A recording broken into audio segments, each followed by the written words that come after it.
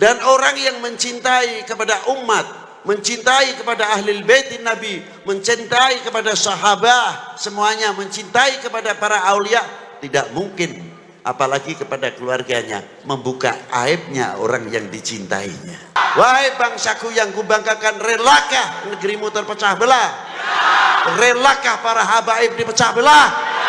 Tidak berarti mengurangi hormat takdim kita kepada para beliau, dan tidak terlepas kepada pengganti atau penerus.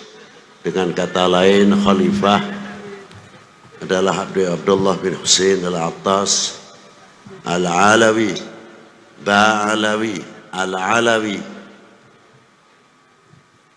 Dan yang saya hormati hadirin wal hadirat rahimakumullah, majelis ini adalah majelis syukur,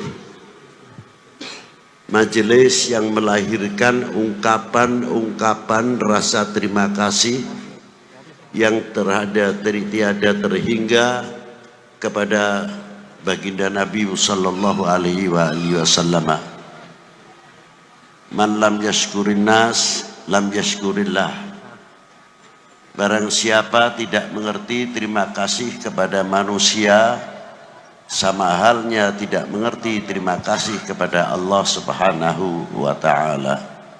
Sabdanya Allah Subhanahu wa ta'ala, qul in kuntum tuhibbunallaha fattabi'uni yuhibbukumullah.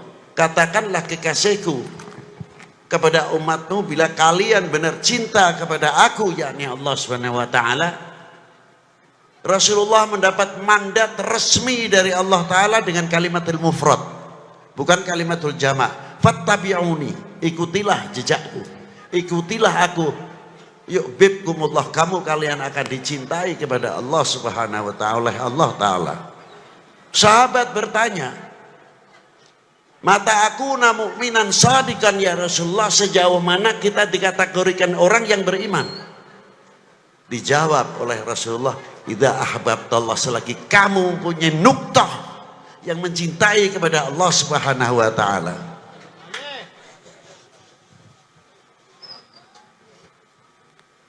Yang kedua, sahabat itu tadi bertanya, lalu kepada siapa lagi ya Rasulullah?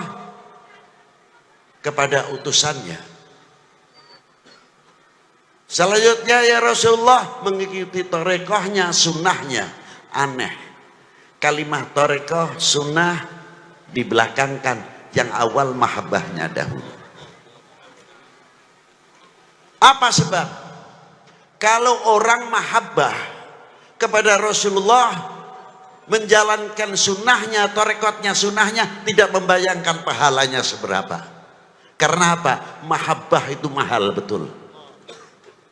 Tapi kalau tidak ada mahabbah, tanya pahalanya apa saja. Ini perbedaannya orang cinta dan orang yang tidak cinta.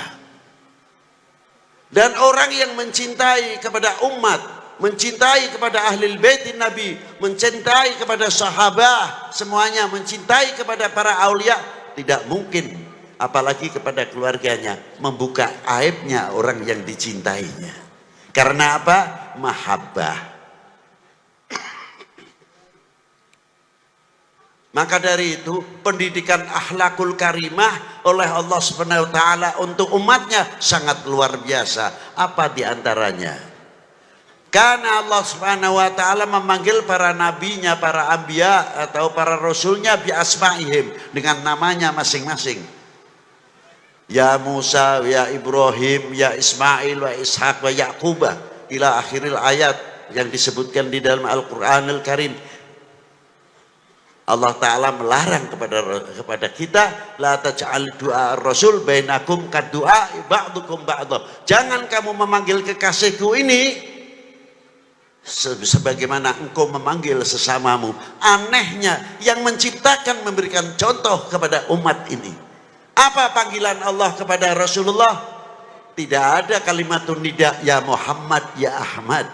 Tapi yang ada, Yasin, Taha, ya Muzammil, ya Mudaththir, ya ayuhan Nabi, Ya ayyuhar rasul, inilah pendidikan akhlakul karimah langsung minal maula jalla wa ala.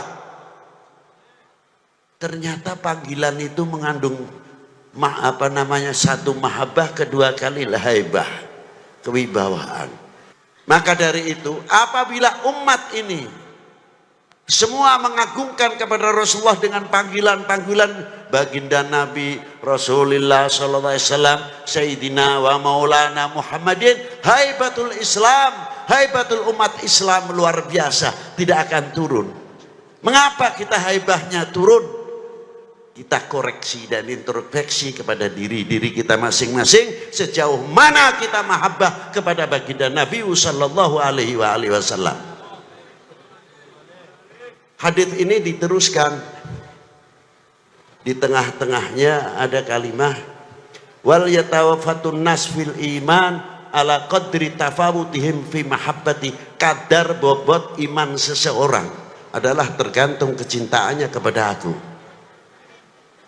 Bila mana kecintaannya sama Rasulullah luar biasa, imannya akan semakin meningkat, menambah dan akan berkembang makrifatnya.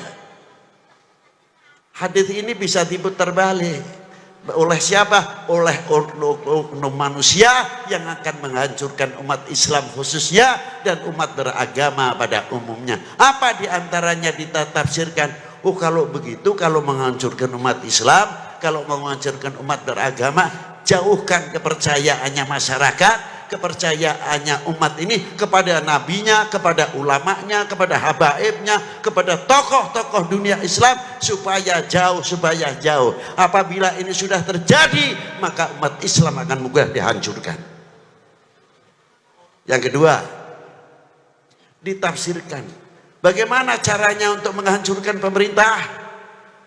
Bagaimana cara menghancurkan tidak percaya kepada TNI Polri-nya? Orbit terus. Kesalahan yang kecil diorbitkan supaya kepercayaan masyarakat ini jauh. Dia angkat yang oknum-oknumnya supaya kita semakin jauh kepercayaannya kepada TNI Polri-nya dan pemerintah. Apabila masyarakat ini sudah kena hoax, karena di Indonesia ada dua ketahanan yang kuat. Yang pertama, pertahanan yang kuat adalah TNI Polri, ekonomi, pertanian, pendidikan. Itu diantara pertahanan nasional. Yang kedua, pertahanan semesta adalah rakyat. Bagaimana cara menghancurkan? Bikin hoax. Buka aib-aib, kesalahan-kesalahan kalau tahu ada. Sekecil apapun. Biar habaib dengan habaib tarung. Habaib tidak percaya dengan warga Nahdlatul Ulama atau Nahdlatul Ulamanya. Biar Nahdlatul Ulama tidak suka kepada Ahlul Bait. Antar kiai dengan kiai 8 tahun yang lalu sudah pernah saya ingatkan. Apa yang terjadi? Arahnya kemana? Arahnya supaya Indonesia chaos, supaya kita tidak percaya, sehingga kita sesama kita tarung baku hantam, sehingga Indonesia tidak bisa akan maju. Selalu begitu yang diharapkan, sehingga Indonesia pecah-pecah. Wahai bangsaku yang kubanggakan, relakah negerimu terpecah belah? Jawab yang keras. Wahai bangsaku yang kubanggakan, relakah negerimu terpecah belah? Relakah para habaib dipecah belah? Relakah para ulama dipecah belah? Relakah negeri ini dipecah belah? Relakah TNI Polri dengan masyarakat dipecah belah?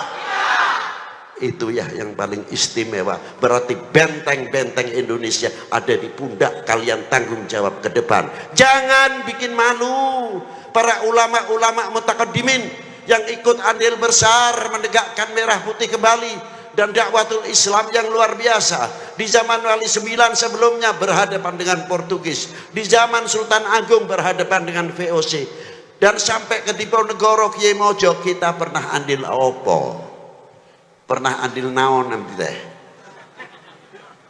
Hari merah putih mah tinggal nangtung wae. Tapi sing abdi lah mau ditanyakan pernah andil naon, manggil Bagu Runcing pernah can.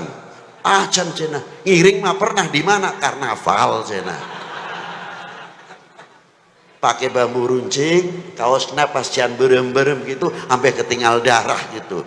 Yo cek aing cenah mah gitu. Maaf bahasa Inggris sebentar. Itulah diantaranya. Karena apa?